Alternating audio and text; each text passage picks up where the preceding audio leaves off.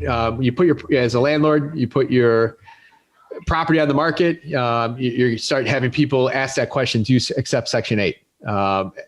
Give us kind of an idea of, Jared, kind of how you have to respond to that to make sure you stay compliant. Yeah, I don't answer the calls these days, but the response is very simple. Of course we accept Section 8, right? It's a protected class. We talked about that, in the beginning.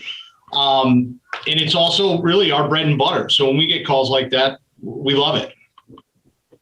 Yeah, I love whenever I see that, maybe on live chat or whatever, it'll come across. And I'm always afraid it's going to be like some screener or some tester or something like that from HUD. I'm always like, absolutely, we love it. We have over 100. So I'm always over obnoxious about making sure they know that we accept Section 8. When it comes to screening, there's kind of a myth out there, and I've seen a lot of landlords be burned by this. Like, it's Section 8, they do all the underwriting. Eric, tell us how you might treat a Section 8 applicant compared to you market. I mean, tell us, kind of exploit the myth that CHA does all the work for you. Well, no. So yeah, what I do is, first of all, I ask them, what they're looking for, and understand, because here in Chicago, you 2-bedroom, 3-bedroom, 4-bedroom voucher, and that's associated with how much money you're going to get per the tenant, right? So depending if I have a 3-bedroom place or a 2-bedroom place, the first question is, what are you looking for? And then also kind of how many bedroom voucher you are, right? But just to see if everything we're looking for is compatible, right? Because it has to be a win-win on both sides. One, the property that I have available, do they have enough money to pay for it? Right. And if I don't have that, be honest with them up front. Right. And then go from there.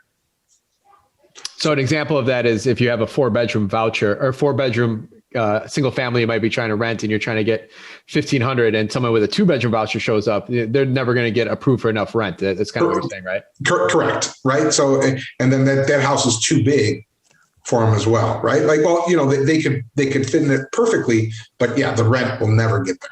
So how do you turn that person down though? How do you politically correctly say hey, no, this is not worth going through the application process? You just flat out say my rent's $1,800 and your voucher is only $1,400. Yeah, I do. Right. Because they know what their max, a 2-bedroom voucher is $1,253. Right. That's the max of all maxes. Right. Section 8 is going to tell you, even though that's their max, doesn't mean you're going to get that amount of money. Right. There's so many different things that take into account the area of it, what's the rents going around there. Even though there's a max on that voucher, it doesn't necessarily mean you're going to get it. And it's also the quality of apartment or house you have available as well, because that factors into the pricing as well.